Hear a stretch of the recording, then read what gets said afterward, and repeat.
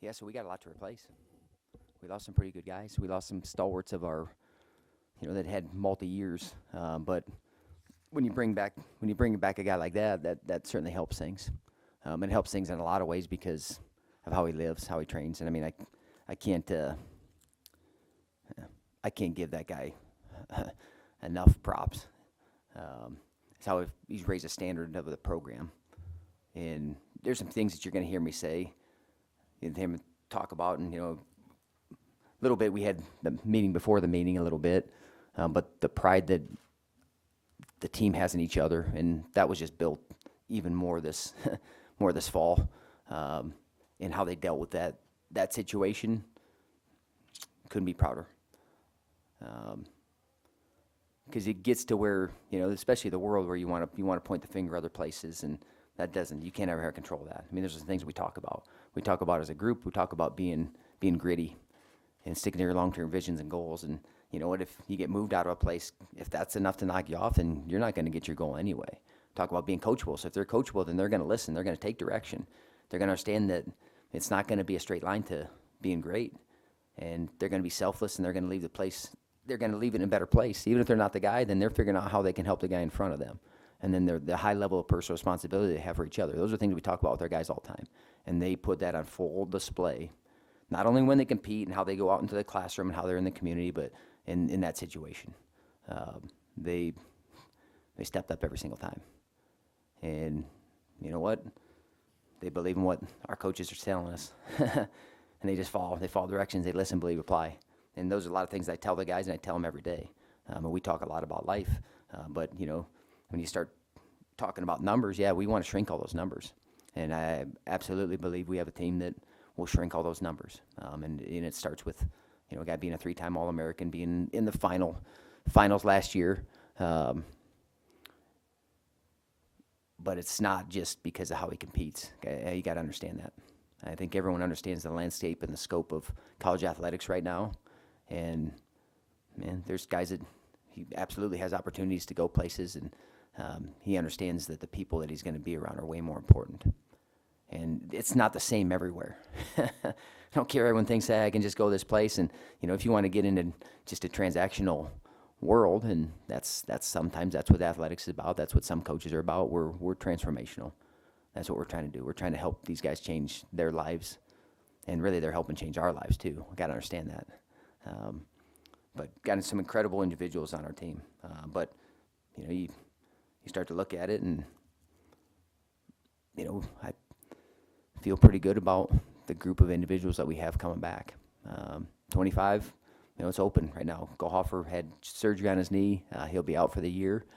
So it's looking for somebody to step up. Is it going to be a guy like Trevor Anderson, Garrett Fung? He's going to be one of those young guys that we brought in. 33. We lost Bisco. He's a couple time NCAA round of 12 last year. You got a guy like Julian Farber who, and actually I had to send Piles a message. So anybody know what Christian Piles is? You guys know. You got Flo. I got Flo over here with Andy Hamilton, but I had to send him a message because, and sometimes you don't know guys get hurt. So Corey Land tore his ACL at Vegas this year, and they were doing a little segment and talking about some of the guys, some of the red shirts, and he said, Land will be the guy who won't have much competition at 33. And I'm like, well, you don't know Julian Farber then very well. Because I tell you what, that guy, you're going to know his name at the end of the year. And I'll leave it at that. 41, you got Cale Happelback, who he's emerged even more as a leader, vocal, and Happel does it in his own way. But, I mean, he tries to cut right to the point. He talks about being efficient, but he tries to cut right to the point. And sometimes you're like, man, that's a little abrasive, but you know what? Sometimes that's what you need. But sometimes leaders have to be able to step up. 49, we got a couple guys. Allard wrestled, and you got to see him wrestle in a match against Iowa State in Wisconsin. Budo's taken an Olympic redshirt year, which to me makes a whole lot of sense. If you get a chance to make an Olympic team, those don't come around very often. We had that conversation. I'm like, dude, yeah, you have to. You have to. I mean, selfishly, yeah, I want you here on our team, but, you got a guy like Basil, Ronavardi, you got some guys in there, and I'm mentioning multiple names because right now everyone's got that opportunity. No one's really, to me, jumped out and emerged like, man, you're the guy. But they're going to have those opportunities. 57, RJ's looked really good. We got a guy named Ryder Downey who had a really good summer in spring.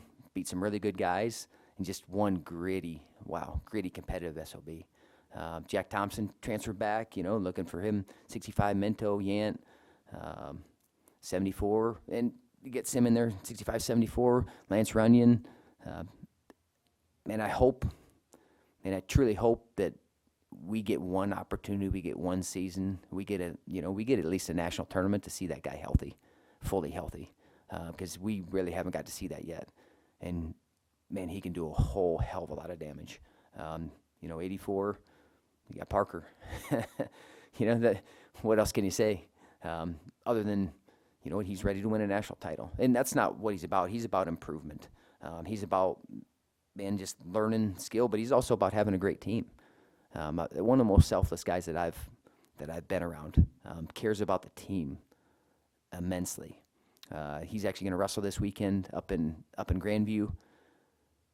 He's going to the All-Star Duel, and I think last year kind of like he didn't have a match before, and it's like, okay, you learn lessons. Even as coaches, we learn lessons that, okay, we need to get him a few matches before that.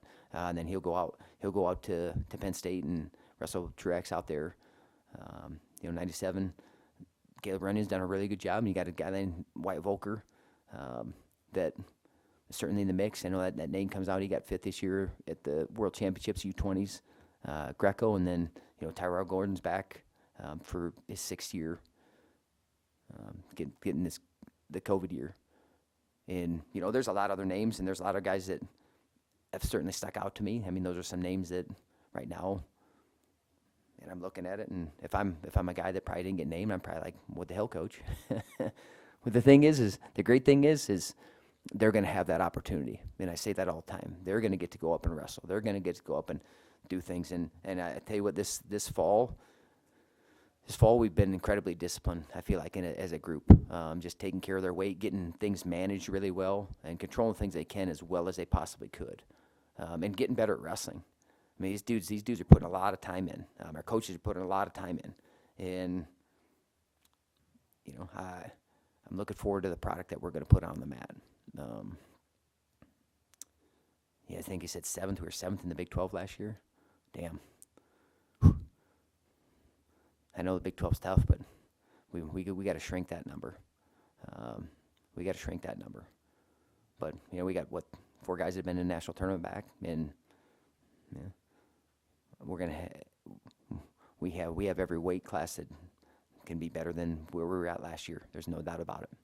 Now it's just some of these young guys really understand that they're already there. And that's kind of the trick of coaching, right? Like, I don't have to beat somebody that's good before I'm good. You're already good.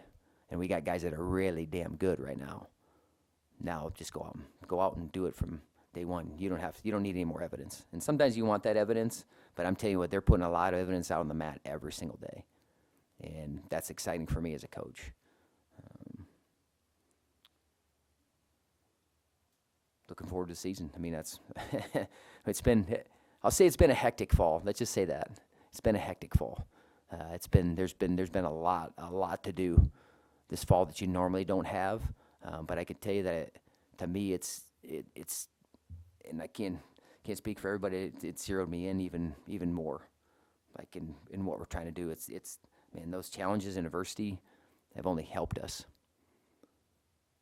And man, our team knows it, man, because they're the platform they're going to have to be able to talk. So we're talking about facility, and you're talking about, some teams are doing a $31 million facility, and some teams doing a $25+ million facility, and our guys can be like, you know what, we had mats, we had each other, and that's all we needed.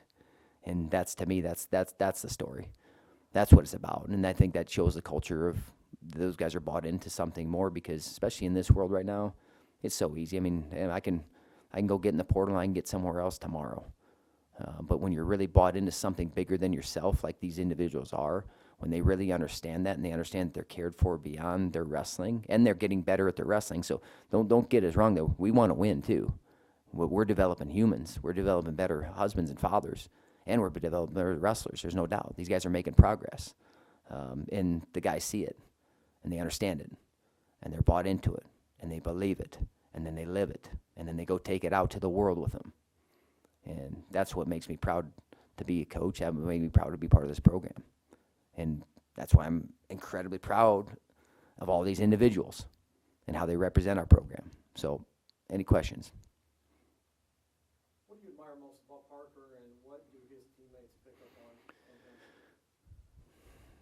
him? Wow. There's a lot, because I think just the relentless work ethic that he's still working on his craft. I mean, the guy's trying to improve consistently every day, and he does a little bit more than he does. I'll get it. There's a couple guys that are trying to give him a run for his money. There's no doubt, and that's what you like to see. But he consistently, in consistent discipline, and I was listening to a podcast and I shared it with the team, with Tom Brady, and that's what he said. That was his superpower: consistent discipline, and he's pretty damn consistently disciplined, and he puts a ton of work in, and he loves to get better and improve. And now he's trying to figure out how to take some of those things off, because it can get weighty, these expectations or the winning and all these things. But when you can look at it in a positive frame of mind, but I think that's what he is for our guys. It's like, dude, you've had the most credentials, you've won the most out of anybody, and you're the guy that's coming back and you're sweeping a floor. I mean, some of those guys don't see some of that stuff. He's the guy. He was the guy. I mean, we're doing some work, and who shows up? I'm like, well, it's Parker. And then then he's the last guy on the mat, and he's one of the first guys. He's one of the first guys in. And then it's every day. It's not once in a while. And I think guys, I don't know how you can't pick up on that. All you got to do is just watch. And I would guess that when you ask for captains and team captains, and when his name's on every single, he didn't put himself a captain, which I think he could have.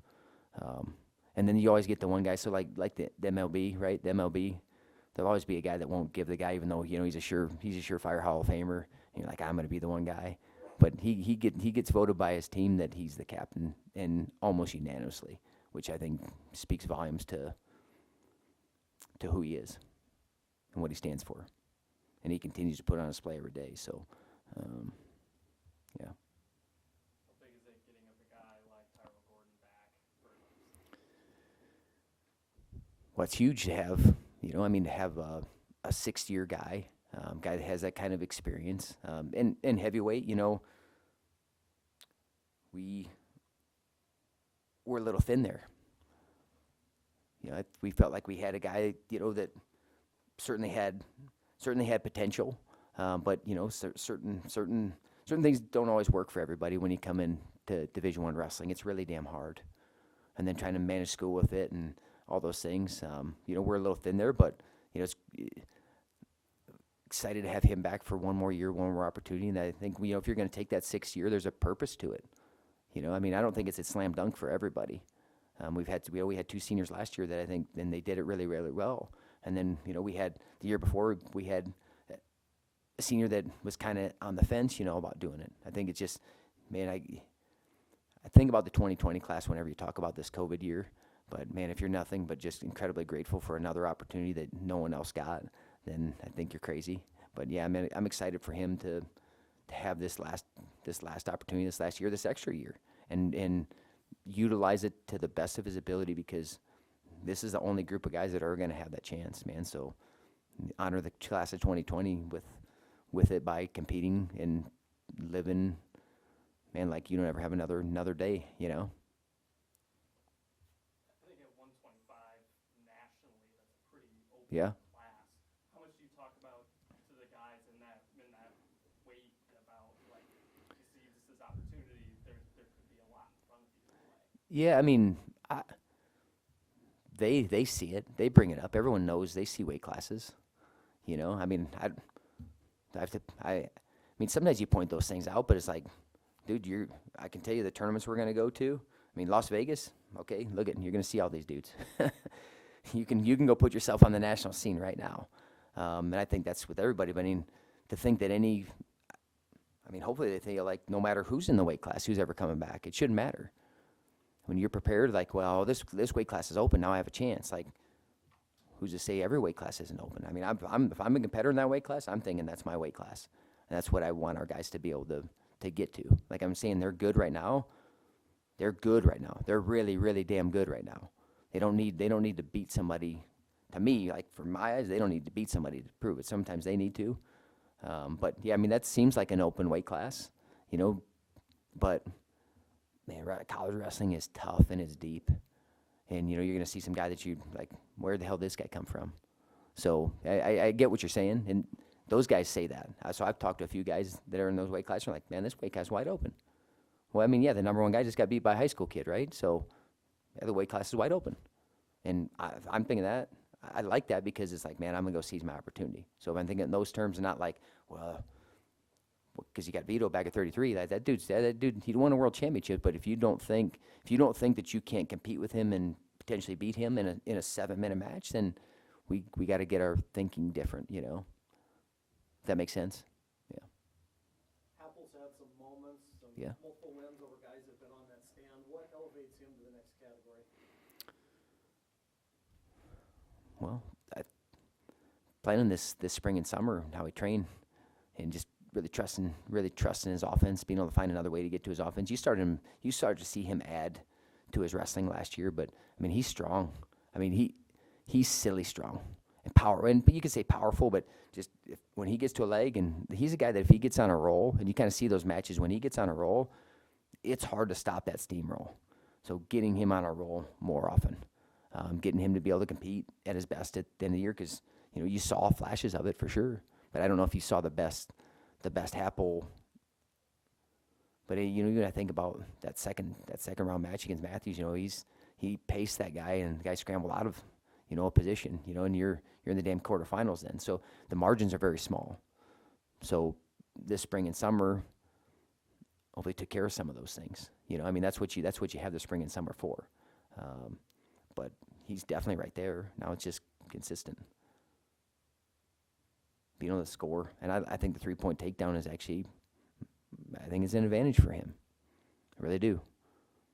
So I like it. Key to that consistency, is it more mental or physical, you think? What technical? I think there's both. I think all three wrapped into one. You're trying to, hopefully they all improve on each other, right? I mean, because if I put more time into my skill, then my positioning's better. Okay, then hopefully I should feel more confident when I step out there because I've prepared more. You know, I think all those things should go hand in hand. You know, I think there's weight and nutrition. I think everything just. So you go back to, and I'll talk to him about it a little bit, but okay, the Big 12's the year before, he went 0-2. The Big 12's the next year, he went 0-2. Okay, so now you start to get snake bit a little bit. Okay, where's the national tournament at the next year? That same building. You know, so I mean, sometimes you have to get over some of those mental hurdles. In people, you know, you don't want to talk about those things, but that stuff becomes real. You start to think about it, and you got to be able to push that stuff off. I think he understands how good he is and where he's at, and that, man, I'm going to go get to my positions. I'm going to wrestle through these positions. I'm going to put guys down, and I'm going to continue to do it over and over again. And you saw it just there a little bit, and that's what we're trying to figure out as coach too. We're trying to help him figure it out, but just him stepping up even more as a leader. I think, like, man, okay, get on my back, and I think feel like he's ready to do that this year. Where is Lance right now? Is he healthy? Is he Still working on getting healthy. Yeah. He's still working on getting healthy. I mean, what's not hurt? what do you mean what's not hurt? There's certain things too that you don't share, that are our privilege in certain ways. I mean, he's not 100% healthy right now. No, he's working back to that, and we're hoping that at some point this season that happens. You know, like I said, I would love for him. I would love for him to be able to have a national tournament where he's healthy, a Big 12 tournament where he's healthy, because we haven't seen him close to that yet. And he's not there, and it's going to take still some work to get him there. But I'll tell you this, I can tell you, if you would have saw that guy in about the second week of August, and you would have saw him the first week in November, I mean, all of a sudden you saw chest, you saw shoulder, you saw everything. Like, he got back into lifting his body, even how he's holding himself. I mean, so he's starting to feel better, starting to feel stronger. And then, you know what, then sometimes you get some adversity again, and then, you know, you got to I guess you got to continue to trust in the path that you're on, and it's not going to be a straight line. And he's got more than his fair share of things that have happened to him. But you know what? Sometimes that's life. Sometimes that's just being a competitor. I mean, think about just being able to stay healthy is such a huge piece of being able to win at this level. But he's not healthy. But we're gonna get him healthy, and hopefully, God willing, we're able to see a healthy Lance run in March. We know how tough how much toughness Max had. What's Jack bring to the table? I'm still getting to know him better. And I'll tell you that, you build a relationship with your athletes, and those take time. And I've known him and I've known family. I've known family for a long time. I mean, he's grown up so much. Just seeing those couple years and seeing where he's at, seeing where he is right now. But some of it's just building and understanding his wrestling a little bit more. He gets frustrated. He's in trying to get him to be able to get that focus. And he's working on it and understanding it. Really, he's able to get to legs really well. Now being able to finish. There's certainly some similarities there, but I'm still working and really trying to get to know him better and kind of figuring out, because part of it is trying to figure out and push the right buttons. But when you don't have a guy from day one, sometimes that takes a little bit of time. And you know what? People ask about the transfer and the transfer portal all the time, and are you gonna go in there? Like, we have a couple guys. We have him, and obviously we had an association with him. We know him well. Like, I don't know about just trying to go out and grab anybody that can maybe win matches for us, because they don't always add to your program. They actually can take away from your program. But like he's adding to it. It's just still a little bit more time. But he competes really well. He's going to be in the mix in that weight class. You mentioned Runyon and Volker both Mhm. 197. Yep. Is there anybody that's kind of started to emerge as a number one there? I don't get into that talk a whole lot. They can take care of that. We have open matches. So if you want to come watch yourself and you can gauge for yourself. Practice, I mean, we talk about, you sink to the level of your training, your practice. Some guys definitely compete a little bit better than others. I've seen good things out of both those guys. Things that excite you, and you're like, like that dude's pretty damn good. But the great thing is said they'll go up to Daktronics, and hopefully they'll have an opportunity to be able to decide those things themselves. But I mean, as far as these guys doing the work that we're asking, absolutely. Mentioned Cal Abel as a guy who's going to like that 3-point takedowns. Or Yeah. anybody else that you've seen, you're like, that guy's going to thrive with that? Well, Parker. Yeah, absolutely. I mean, still trying to kind of figure out some of it, not sure if it's going to have the intended consequences. It was to get to be more offensive, and I don't know. I'm not sure. For me, part of it's like, man, I might go the other way. If I can score takedowns, man, I'd love it. I'd love just piling them up. I think, instead of 2 for 1, I mean, where the score was, it's still wrestling. I don't know. I'm kind of all over the place, but he's going to like it. Yeah, absolutely. I mean, whatever the rules are, you still got to figure out how to win. What if they change it to a 100-point takedown? You better figure out whatever it is. You got to figure out how to win within those rules, and you got to find the best way for each individual to be able to do that. And for some of them, it's going to be hammering away and scoring. I mean, you don't change anything, right? And it definitely, I mean, I think it definitely helps a guy like Parker, though. I mean, it spreads it open quicker, and I think that's a huge thing. I mean, hey, we're talking about a takedown, a turn, and a ride out in a period. You're in a damn major decision, So I mean, those things that the spread can get quicker, but you also can close that spread quicker too. I don't know. I don't care what the hell the rule set is, man. We're gonna wrestle, and we're gonna figure out a way to win.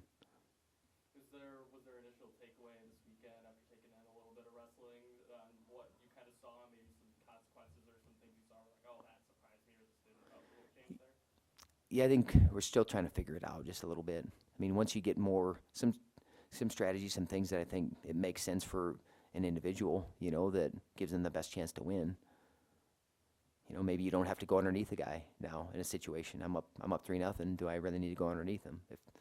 I don't know, or or that guy's got to, he's got to kick me, he's not got to turn me. So I think there's some things on those parts that I think you're still trying to figure out as you go. But I mean, we spend a lot of time on our finish work, man. We get to a leg, we want to be able to finish. So I think it's a benefit to us, and I think you have to feel that way no matter whatever the rules are and how they change them. It's a benefit to us because we'll make them a benefit. Sid Parker's going this Saturday. How big of a group are you taking from Andy on Saturday? 8 guys going attached. Any other varsity guys? Ethan Basil and R.J. Weston. Those guys, they came up to me and said, "Yeah, I want to go compete, coach." And Basil was out last year, so he hasn't got to compete for a while. So yeah, those guys, and then our freshmen will go compete. Because now you can take the guys attached. I think that you guys understood they changed that rule last year, which is nice because they don't have to get there by themselves. They get we get to drive them, we get to coach them, all those things. I think it was a good rule change, and it allows us maybe down the line to be able to have them in a duel or two, like you saw Volker last year. So that provides some real opportunities for us to get those guys in situations that are as real as you could possibly be. But yeah, we'll have those guys going down, and just looking forward to seeing these guys compete because I know what I've seen in the room. Now does that translate out into the competition arena?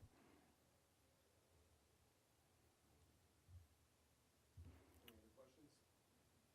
Schedule, and I'll tell you this, I know they said we're 8th in attendance last year. I certainly would like to make that number smaller, and obviously we have the biggest say in that. But I can tell you, when you have one of the best guys, and there's no doubt you have one of the best guys in the country. And you can't deny that we have one of the best guys in the country that you get to watch. And now we're trying to bring a bunch of the other ones along with that, but you have one of the best guys in the country to watch. To me, one of the most entertaining athletes in college wrestling, right in front of you. You got to show up. And we have Columbia as our first duel, the 10th. Look forward to having a huge crowd. And I know that's not maybe the normal that people think about, because it's not Iowa State. It's not this. Like, we need you guys for every single meet. You know what our guys are doing. You know how they're training, and it makes a difference. You have an impact. You have an impact on the outcome of matches. It can gain points. And we talk about the West Gym doing that. We want the McLeod Center to be able to do that too. So get out there and man, fill those seats for us.